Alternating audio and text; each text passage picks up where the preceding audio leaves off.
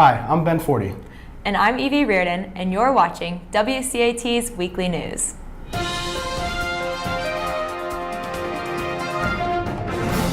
We hope everyone is feeling refreshed after a nice long weekend. There are many upcoming events, and Halloween is also just around the corner. Hey Evie, what pants do ghosts wear to the Friday the 13th dance? I don't know, Ben. What pants? Boo jeans. Speaking of dances, Evie had the opportunity to speak with our student co-chairs and Miss Wilson to learn a little bit about this year's homecoming. I'm here with Megna and Adam. Can you tell me a little bit about the process of deciding whether the dance would be informal or formal this year?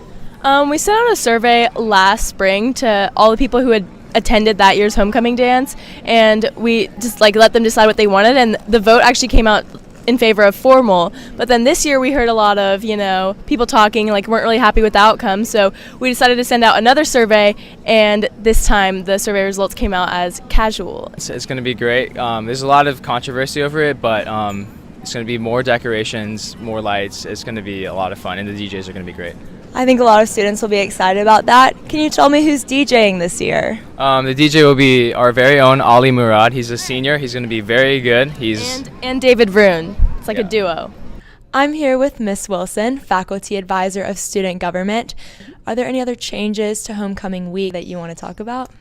Well, we've really been thinking in student government about how to get everyone kind of more involved in homecoming week, so it's not just dressing up on Thursday. So there's actually going to be a parade, and so we're going to hear more about that from your officer, and then kind of have the homecoming court walk and the Wildcats, and kind of have everyone feel a bit more excited. That is very exciting.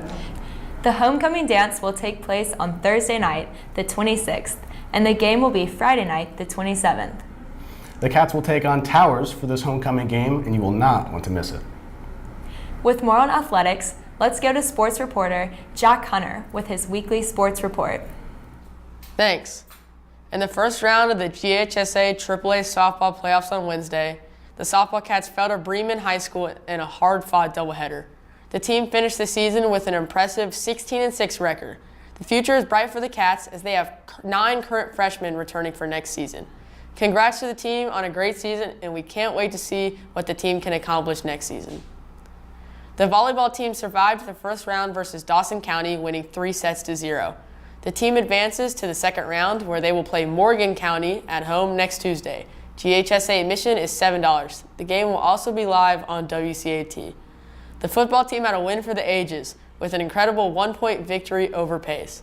Westminster pulled within 1 point on an overtime touchdown by Chance Leffler, and instead of kicking the extra point to tie, Coach Romberg and the Cats decided to go for 2.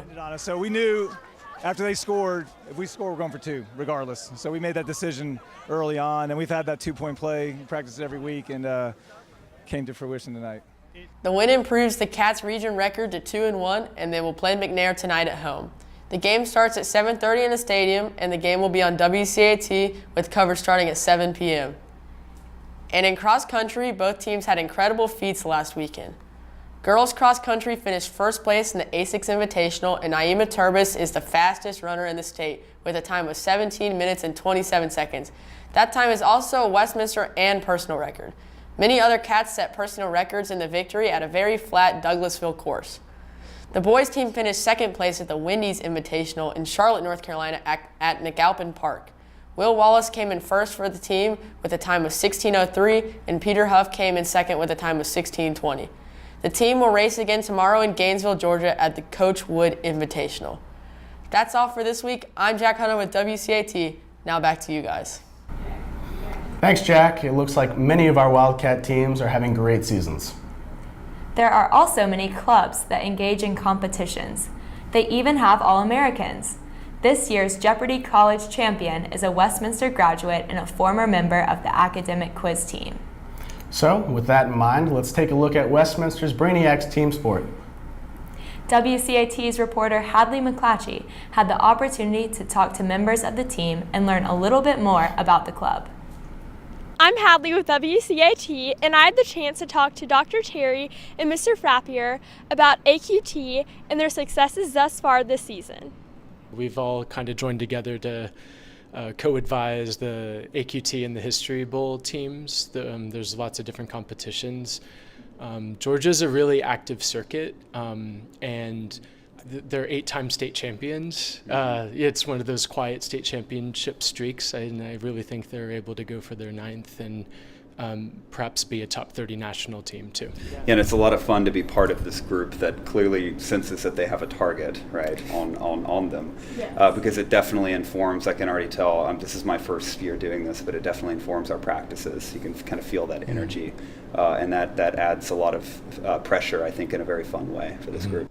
So yeah, during a competition, you'll have about 4 to 5 people sitting at a table and you're a team, and you just all try to answer questions, which all goes towards your team's total score. It sounds like they're looking forward to their upcoming tournament this weekend. Good luck. Now back to you in the studio. Thanks, Hadley. Well, that's all for this week's news. With WCAT, I'm Ben 40. And I'm Evie Reardon. Have a great weekend, Wildcats.